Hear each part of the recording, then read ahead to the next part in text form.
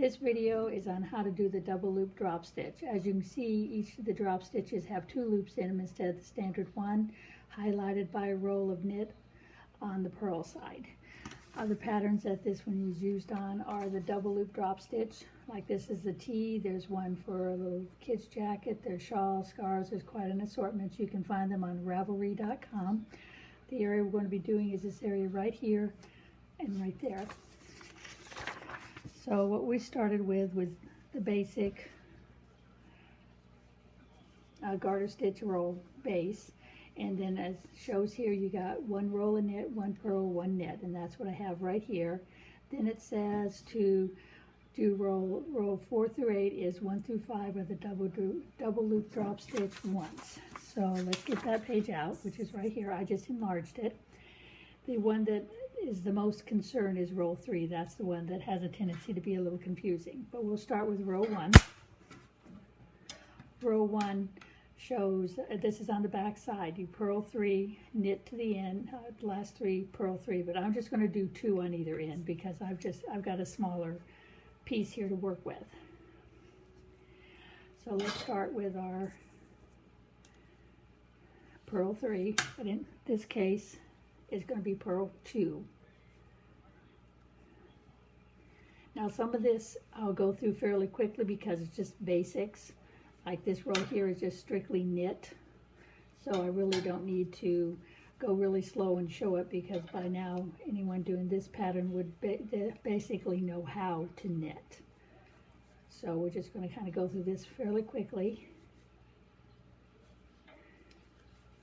And everybody holds their needles comfortable to them. Everybody holds their yarn comfortable to them. So even though I hold mine this way, doesn't mean this is the only way you can do it. We're just about to the end.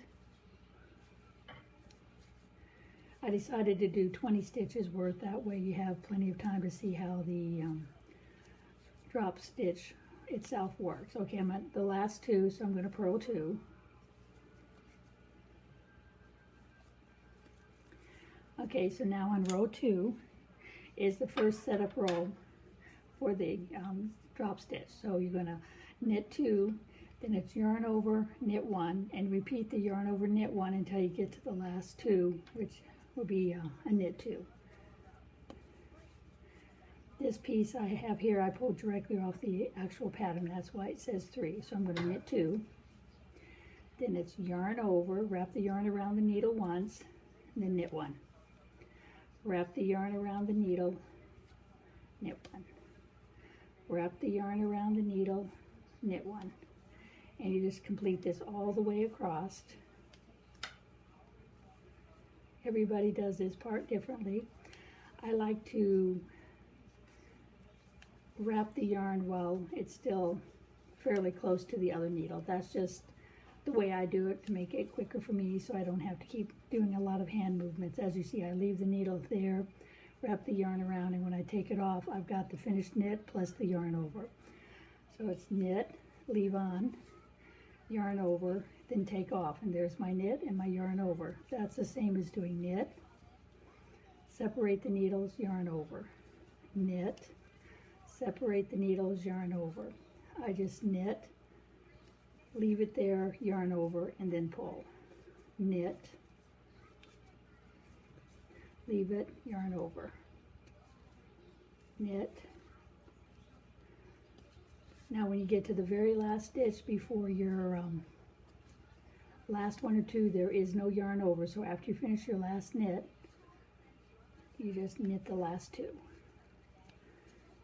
Because as you see, it doesn't show to do a yarn over after that last knit. Now I broke this into separate lines. To start with, we got our purl 3, but in our case it's purl 2, yarn over, and then we're going to start the drop stitch area. So we're going to purl 3, or in this case 2. And now the yarn over, just wrap it around the needle. So it almost looks like a double wrap, but it's actually just one. It's just when you hold it here, it gives you that look of 2.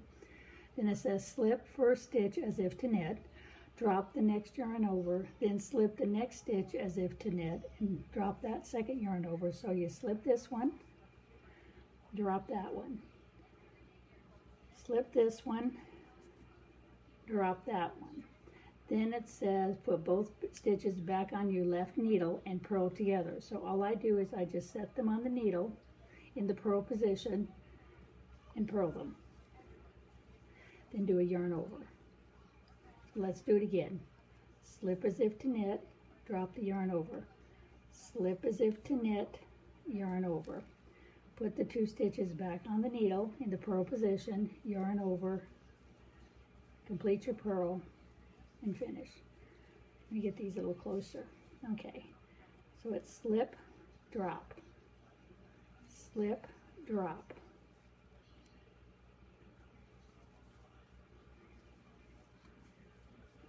Yarn over. Slip, drop, slip, drop. Back on the needle, purl together, yarn over. Slip, drop, put them together, purl 2 together, yarn over. We'll go ahead and finish this all the way across. I'll do it a little bit faster so we can get to the end. Slip, drop,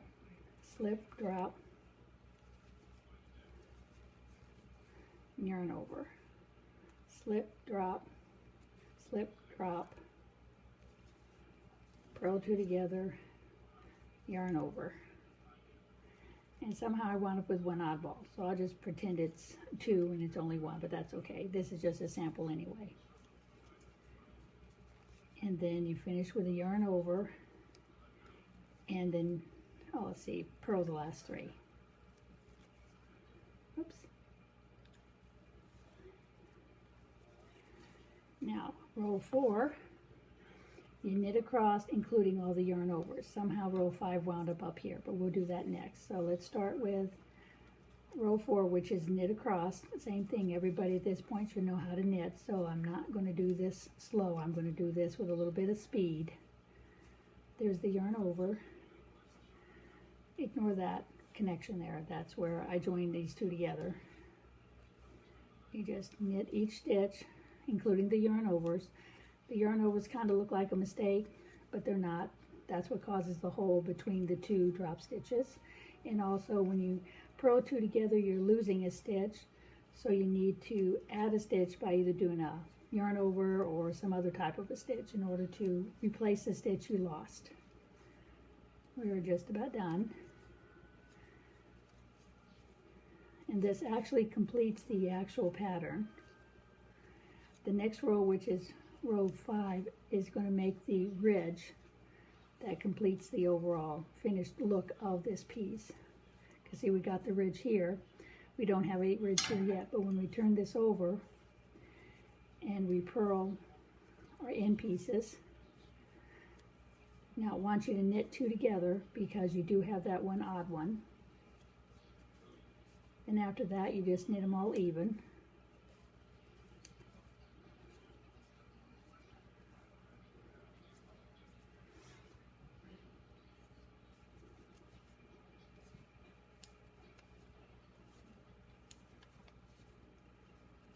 We're just about to the end. Now when you do the pattern, you will not have that 1 odd stitch. You will have a complete 2-stitch drop. It's just when I did this one, it came up with 1 oddball. We're just about to the end. Oops, lost that one. There we go. And this says purl the last ones.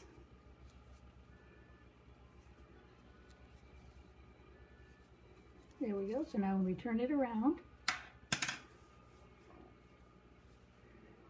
you can see where